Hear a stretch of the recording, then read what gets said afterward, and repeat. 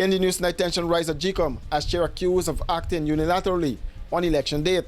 He has unilaterally usurped the authority of the commission, and the public disclosure seems to suggest that in fact she was speaking on behalf of the commission, which was not the case. And Adriana Young's remains arrive in the United States for a second autopsy and forensic analysis as family seeks closure.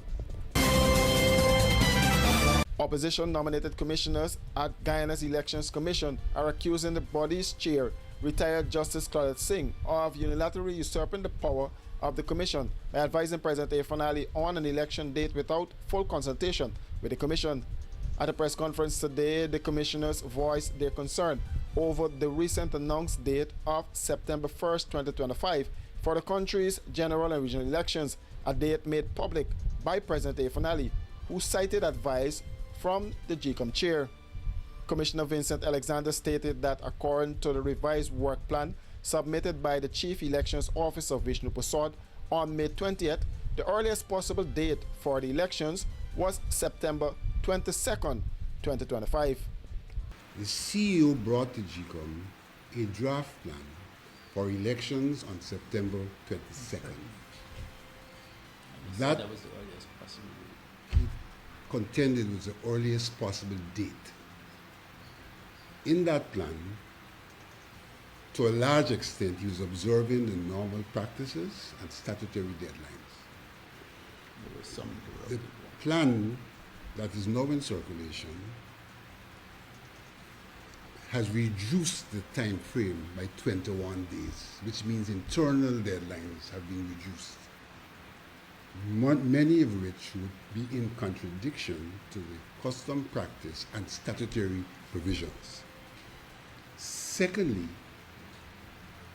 the current work plan has not been discussed with the commission, and the chairman is reported to have told the president that we can't deliver on September 1 in the circumstance where there was no discussion about delivering on September 1, whilst we were having ongoing discussions about delivering on September the 22nd.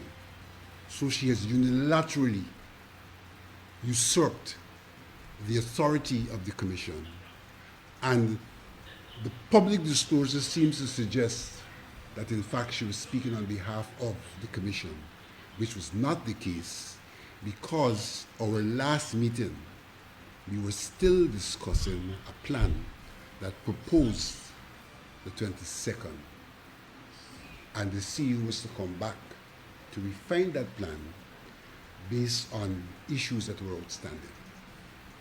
According to Commissioner Alexander, GCOM seems hell-bent on retaining its broken system. All of the aforementioned add up to a GCOM which is not responsive to its constitutional mandate to conduct free and fair elections.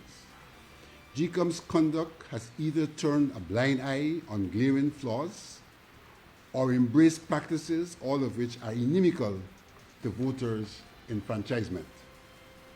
If these concerns, the presence of biased staff, non-adherence to legal provisions and the recommendations of the observers, the rectification of the list, and the engagement of the full commission in the decision-making process, the elections will not meet the standards required of a free, fair, and transparent election, as is mandated by the Constitution.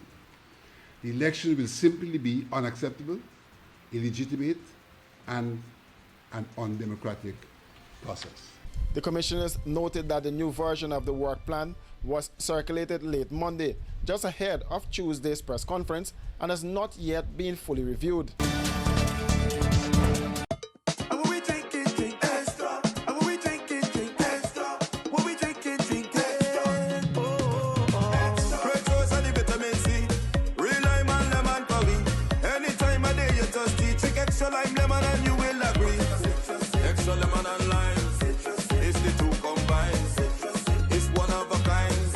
Extra lemon and lime.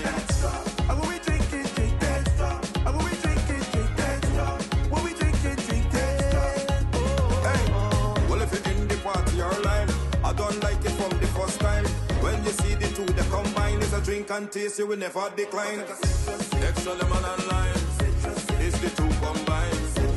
It's one of a kind. Extra lemon and lime. Extra lemon and lime. Taste the citrus in every sip.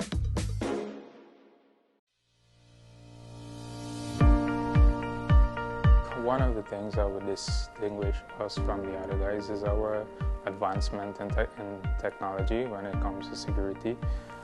We've been able to actually go ahead and provide home service, home security service, and drone service, among the other service that would have significantly contributed to securing society as a whole.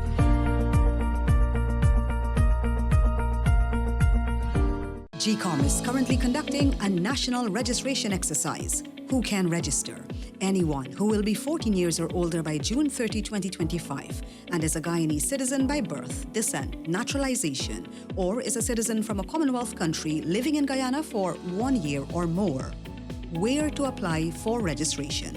You are required to visit the GCOM registration office that is responsible for the registration of persons in your area of residence to apply for registration. Office hours, Monday to Thursday, 8 to 12 and 13 to 16 hours 30.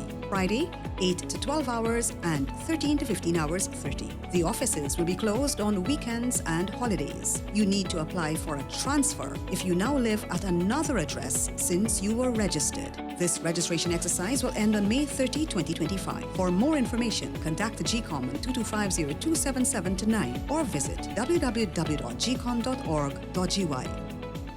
Running late and can't wait to the gate? We got you. The Guyana Public Service Cooperative Credit Union Limited has introduced a fast and easier way to make payments to your accounts through the GT&T mobile money services. Here's how. Click on the MMG app. Under Services, select Pay Bills. When you are there, look for the Financial Institution option. Once that is done, select Guyana Public Service Cooperative Credit Union Limited to pay your loan or make payments to your savings. Payments to the credit union made easier. GPS CCU, the credit union you can bank on.